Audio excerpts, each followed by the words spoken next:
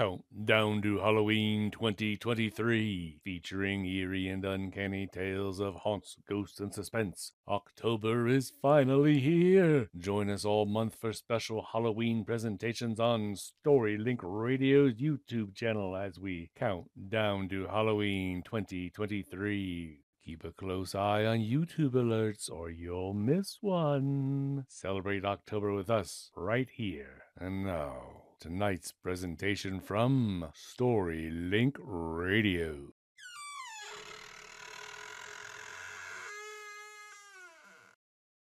The room at the end of the hall.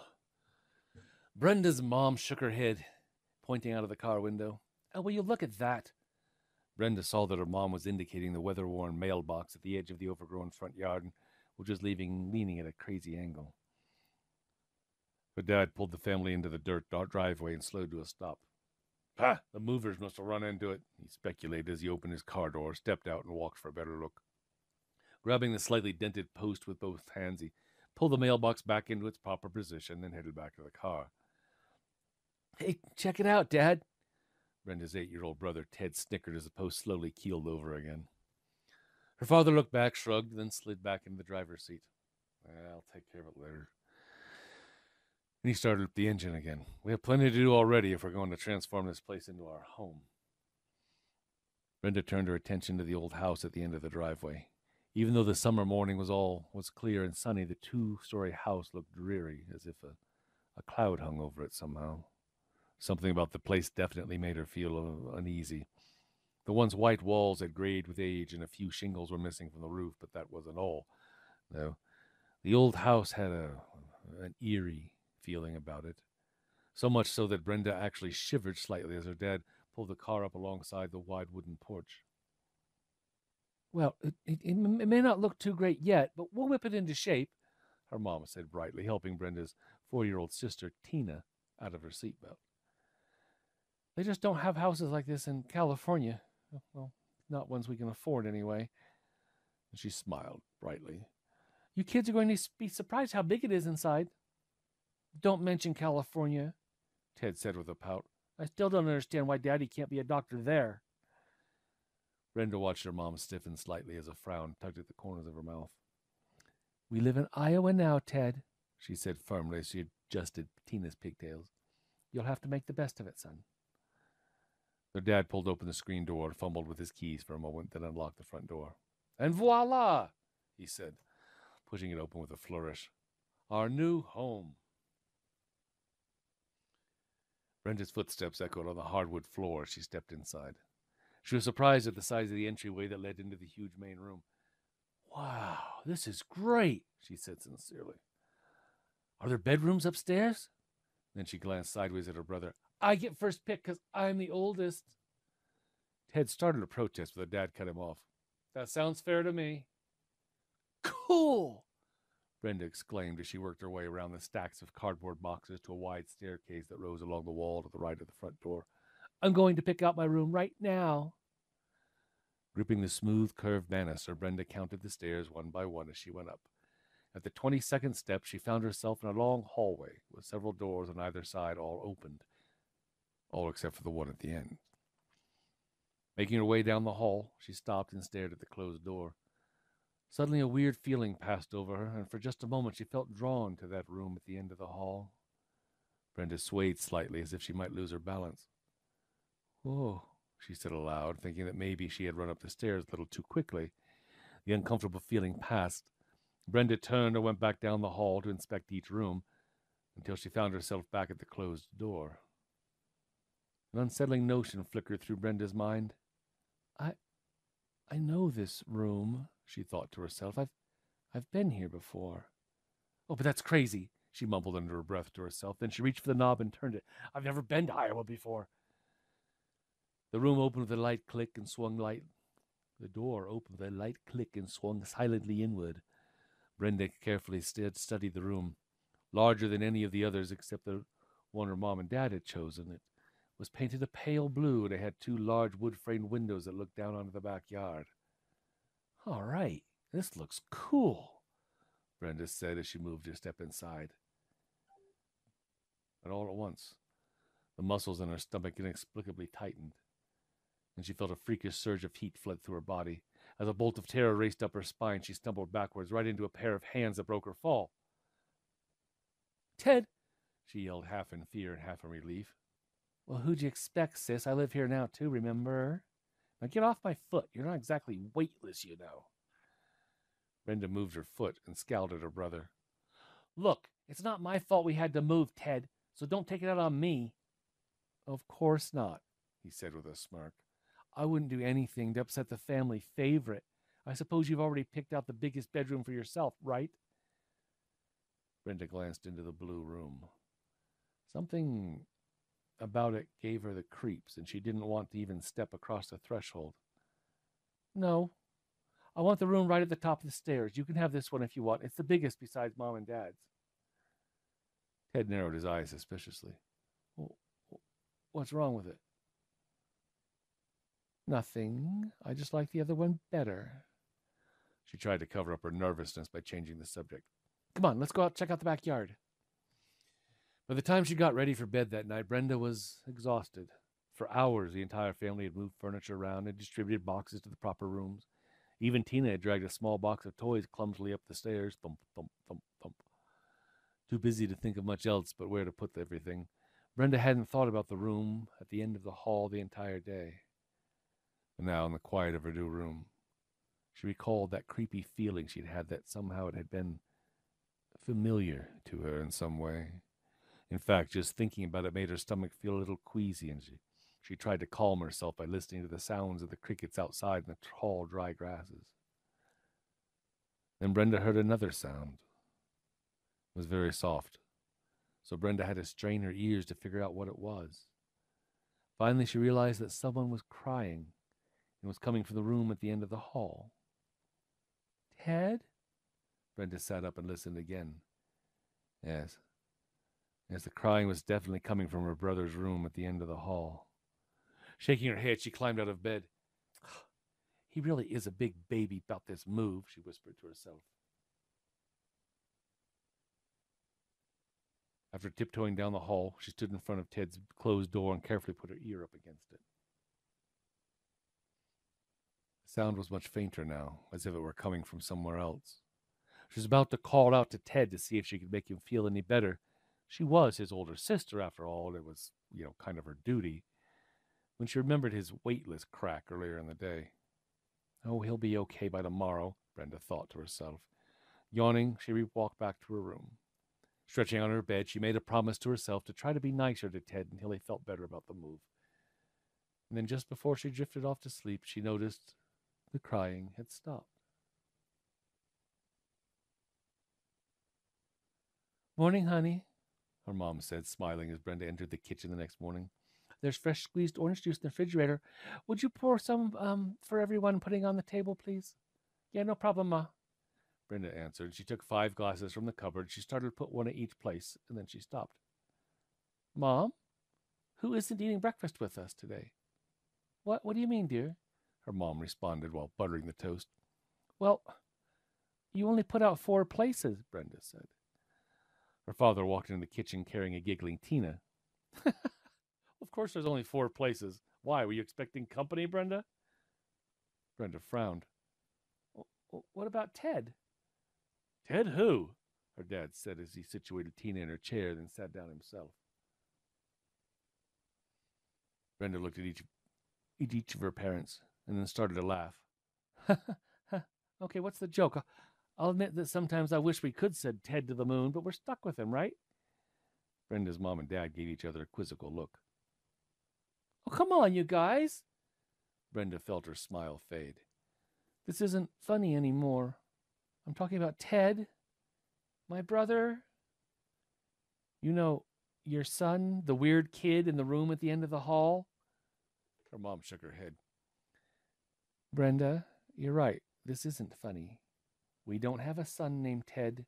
We don't have a son at all. And the room at the end of the hall is Tina's room. It has been for months now, ever since we moved here. You know that." For a moment, everyone sat in complete silence. Brenda tried to make some sort of sense out of what her parents were saying. Finally, Tina broke the stillness.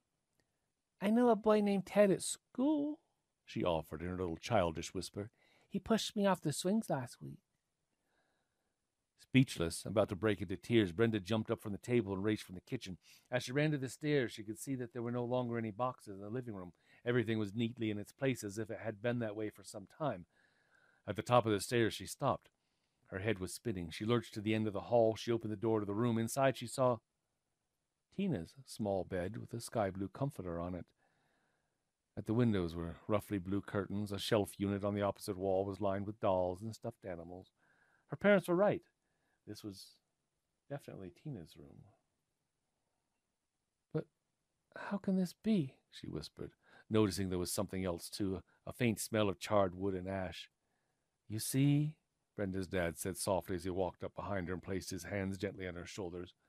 Brenda didn't even try to wipe away the tears that were running down her cheeks. This is crazy. I don't understand what's happening, Dad. Her father smiled and gently turned her face toward his. It isn't crazy, honey. You're obviously upset about something. He paused and wiped a tear from her eye. I'll tell you what, maybe you're just tired. You've been working very hard at school lately, honey. Why not just take the day off and stay in bed? Once you're rested up, everything will be fine. He gave her a warm hug. Listen, I've got plenty to do that I can do right here at home. So you won't be alone, okay? My partner can see my patients today, okay? Shall I go call the office? Brenda didn't answer. She didn't resist as her father guided her back to her room. She suddenly felt extremely tired. It's just a dream, she thought as he tucked her into bed. I'll wake up soon. Everything will be back to normal. Ted will be back. It was early afternoon when Brenda awoke. She slipped out of her bed, tiptoed to the top of the stairs. She could hear her father's voice. He was in the den downstairs, talking to someone. Talking to someone on the phone at his office. Turning, she moved cautiously to the room at the end of the hall and peeked inside. Everything was as it had been that morning. Next, she slipped into her parents' room. Against one wall stood a large oak chest of drawers. On the chest was a handmade lace runner, 3 cut crystal perfume bottles, a small wooden bowl where her dad kept the change he emptied from his pockets, and a collection of family photographs in pretty frames. She looked at one photo after another. She saw the smiling faces of her mom, her dad, Tina, and herself. There were no photos of Ted. Returning to her own room, she dressed quickly and hurried downstairs. Then, when she opened the kitchen door, it was remarkably cold outside for summer. But then she remembered that if several months had really gone by, it could be fall or even winter. She grabbed her jacket from the hook by the door and slipped out. Running to the garage, Brenda looked inside. Well, at least her dad's car was there, along with her cycle, her bicycle, and Tina's old tricycle. Surely Ted's bike would be there too, or at least his skateboard, something to prove that he had ever even existed. But there was nothing. What is happening? She groaned. Have I lost my mind? That night at dinner, Brenda told her mom and dad that she felt much better and then chose to be silent. It wouldn't help to have them thinking she was nuts, so keeping quiet until she figured out things seemed like the best answer. Tina chattered about her busy day at preschool. Her mom talked about the new project she was planning at the university. Every once in a while, Brenda noticed her parents glance at her and then look worriedly at each other. Trying to appear as normal as possible, Brenda helped with the dishes after supper, and then, claiming to still be tired, she asked to be excused. As she trudged up the stairs, Brenda noticed that she actually was exhausted. In fact, she had little trouble breathing, and what she did take into her lungs had the smell of something burnt somehow. She looked around for signs of smoke, but there were none. Trying to shrug everything off just as her imagination, Brenda climbed warily into bed, but there was no way she could fall asleep. Instead, Brenda lay awake for some time, listening as her parents put Tina to bed in the blue room at the end of the hall. Ted's old room. She heard the television go on for a while, and soon all was quiet. After a few more minutes of staring into the darkness, Brenda finally drifted off into light and troubled sleep. But just a few hours later, after a lot of tossing and turning, Brenda opened her eyes. Once again, she heard someone crying softly down the hall. She looked at the glowing numbers on her digital clock. It was 12:03. Tina? Brenda whispered, sitting up as she heard the cries growing slightly louder. It sounded as if her little sister was sobbing, just like Ted once did. A shudder ran through Brenda as she leaped out of bed. Quickly running down the hall, she threw open what was now her sister's door. The smell of smoke and soot stung her nostrils, and she recoiled in terror. "Tina!" But somehow she couldn't force herself to cross the threshold into that darkened room. Deep inside, she knew what she had to. Her little sister was in danger, but instead she reeled back against the wall, helpless. Suddenly the light in the room snapped on. Both of her parents were beside her. "Brenda!" her mom cried, trying to hold her as Brenda squirmed away. "What's wrong, honey?" It's Tina!" Brenda screamed. "You've got to help her. Didn't you hear her? She needs our help." Her father grabbed her by the shoulders and gripped her hard. "Brenda, calm down. What are you talking about? Who is Tina?" Brenda stopped. Her mouth dropped open and she stared at her parents as if they were total strangers. My sister Tina. Don't you remember? Don't you care? What's wrong with you? It's just like what happened with Ted. He disappeared from that room," she sobbed, pointing over the threshold into that awful place. "And you act like he never existed. Well, he was my brother, and Tina was my sister, and... But Brenda couldn't go on. She broke into hysterical tears, let her father rock her gently in his arms. "Brenda, sweetheart," her mother whispered. She was crying now, too. "You don't have a brother or sister, honey. You're an only child. You always have been. This room is our room. It's been that way ever since we moved here. You know that." Brenda twisted away, turned toward the open door, and caught her breath. Inside the room, she could see her parents' bed and the big oak chest of drawers. From where she was, Brenda could see the photographs and their pretty frames, photos of her with her mom and dad, and no one else. The sound of a car pulling up in the driveway woke Brenda. Slowly she opened her eyes and gazed out at the early morning sunlight pooled in the rug beside her bed. With great effort, she drew herself up and walked groggily to the windows. There was an old pickup truck in the driveway and a small sedan that she didn't recognize was parked behind it. For a moment, she just stood looking out, thinking that there was something she should know, but she couldn't quite figure out what. Something had happened, she was sure of that. But what? Turning from the window, she called for her parents, but there was no answer. And then she heard the front door open and close downstairs. "Mom? Dad, is that you?" But there was no answer. Thinking that they just hadn't heard her, Brenda started to go downstairs when she felt a stab of fear. The voices downstairs were those of strangers. Where are my parents?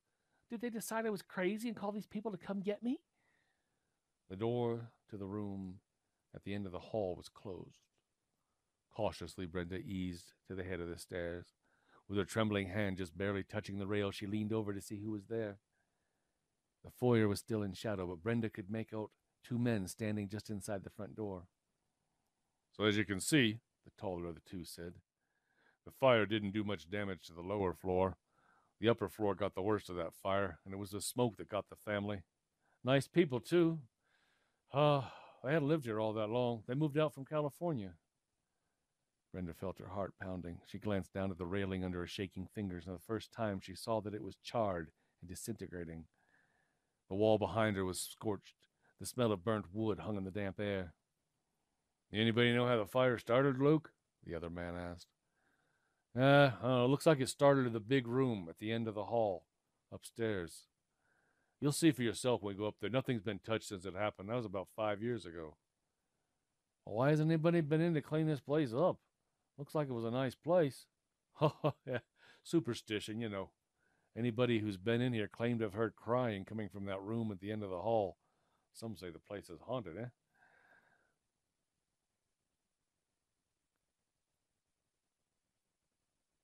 My wife believes it, too. You believe that? She says that when people die suddenly like that, sometimes the spirits can't accept what has happened.